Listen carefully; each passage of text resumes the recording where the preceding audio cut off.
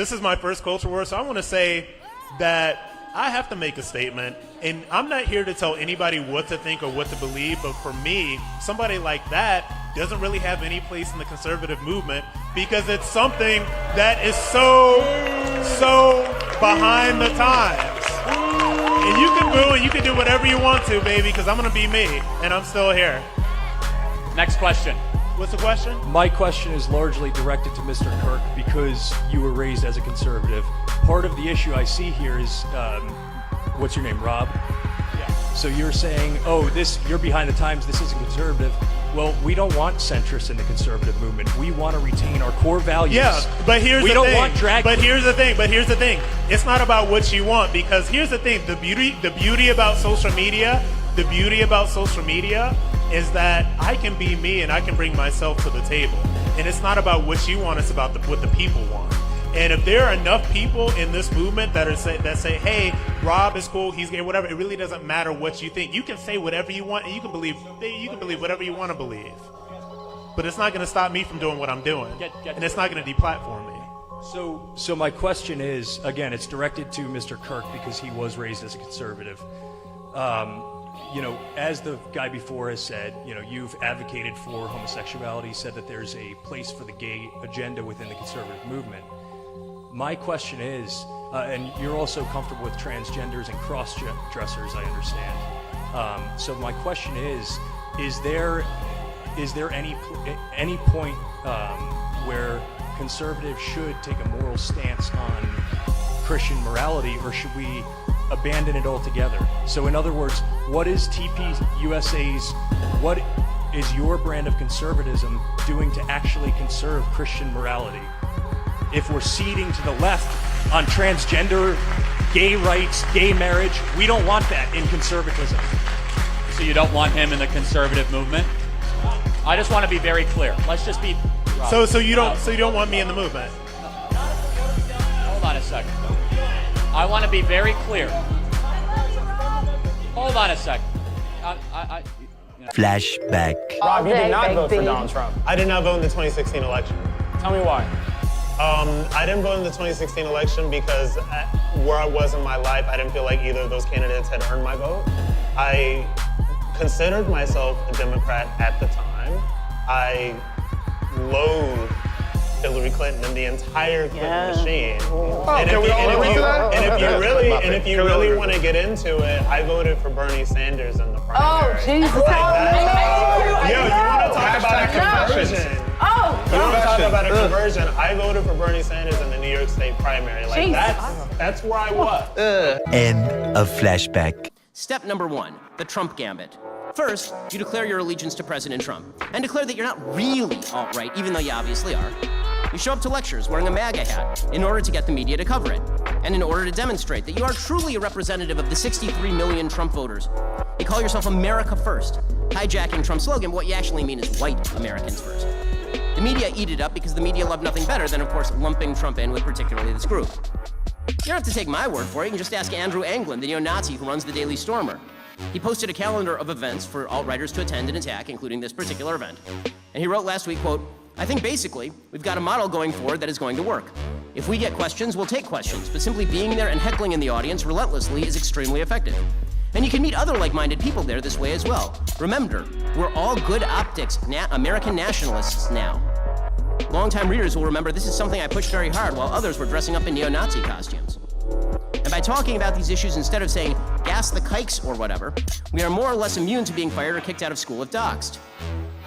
You just, if somebody calls you alt-right, you say, no, of course I'm not an alt-right neo-Nazi racist white supremacist, I'm just an America First nationalist and a MAGA supporter. Now, this is a clever tactic. It is. Donald Trump is many things. He is not a white supremacist and he is not an anti-Semite.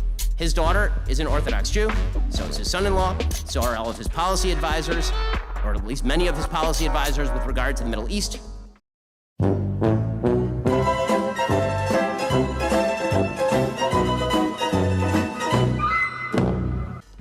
Who did you support in the primary? Cruz.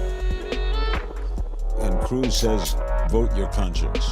Yeah, he does say that, but I would vote my conscience regardless of what Cruz said. I don't take my cues from Ted Cruz. Who will you vote for? I have no plans to go to the top of the ticket right now. I'll vote down ticket. I'll vote for Republican congressional candidates and senatorial candidates. I'm also in California, so my vote doesn't matter, so. But at the head of the gutless snakes, speaking of gutless snakes, enter Nicholas J. Fuentes. Nick Fuentes is a white supremacist, an actual white supremacist, with somehow a following online, which proves that these people exist. They're fringe, they're a minority for sure. They are not at all representative of conservatives. I don't even think they are conservatives.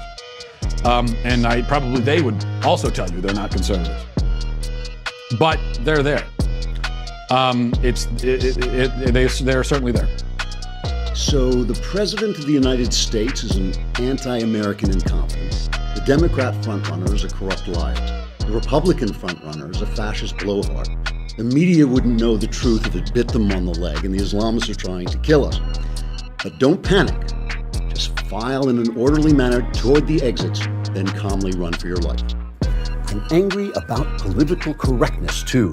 And so I'm voting for Donald Trump because he just comes right out and makes fun of handicapped people and short people and anyone who doesn't have as much money as he does, and women especially. He makes fun of their looks and their periods, and he says they should be treated like shit. And I just think that's not exactly politically incorrect. That's more like evil, really. But I'm angry, so I'm voting for him. And I'm angry about free trade for some reason, and about people making stuff cheaper overseas so it costs less here and I can afford it. And I'm angry about the Democrats Donald Trump gave money to, and all the money we spend on entitlements that he says he'll keep spending. And so I'm voting for Donald Trump because I'm angry, and I don't make very good decisions when I'm angry. So maybe I should calm down and vote for someone else who would be like a better president, and not such a schmuck. I'm Andrew Clavin for the Daily Wire. And there's two ways to go: anger and nationalism, which has been done before in history. And you can go for nationalism, you can go for anger. Trump is Adolf Hitler?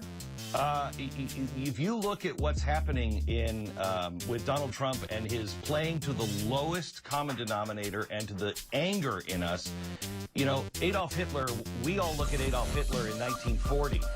We should look at Adolf Hitler in 1929. He was a kind of a funny kind of character that said the things that people were thinking. Where Donald Trump takes it, I have absolutely no idea.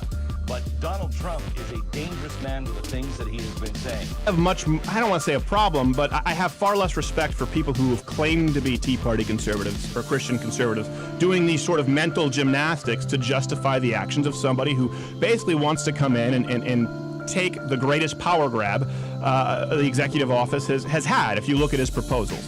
Not once has Donald Trump's answer been, I don't think the government can fix this. Every now and then, wouldn't it just be good to hear politicians say, it sucks.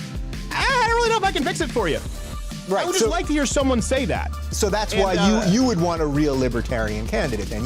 Would you vote for Gary Johnson if he was a legit third-party guy, if he could get into the debate at 15%? Would you go for him? Well, I've said this, if it's Trump versus Hillary, probably. Just because I don't believe, at this point, I think they're two sides of the same coin. I don't believe.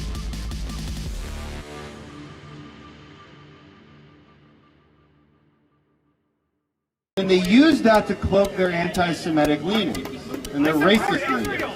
And it's pretty gross. Guys.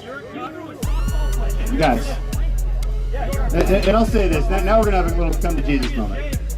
I wish you would. You don't have the luxury of the time that I grew up in, where nothing was online and we weren't tweeting and we weren't on Facebook and things like this weren't being filmed. You guys live in that reality. And you're young and you're not that experienced. He doesn't like being on camera. Upset and emotional. He doesn't like being. Years from now, you're going to regret. Yeah, he's pissed. You're going to regret. He's fucking pissed. On camera and saying some of the things. He's fucking pissed. The worst thing modern Christianity currently stands for is anti-homosexual marriage. Trump's insane rhetoric is hateful, yes, but worse, it takes away from a much more important conversation: the reform of Islam. On the one hand you have idiots like Trump, and on the other you have equally ignorant liberals. Do you really think he knows the different duties of the executive, legislative, and judicial branches of government. The fact that I can't say so for sure that he does is extremely concerning, to say the least.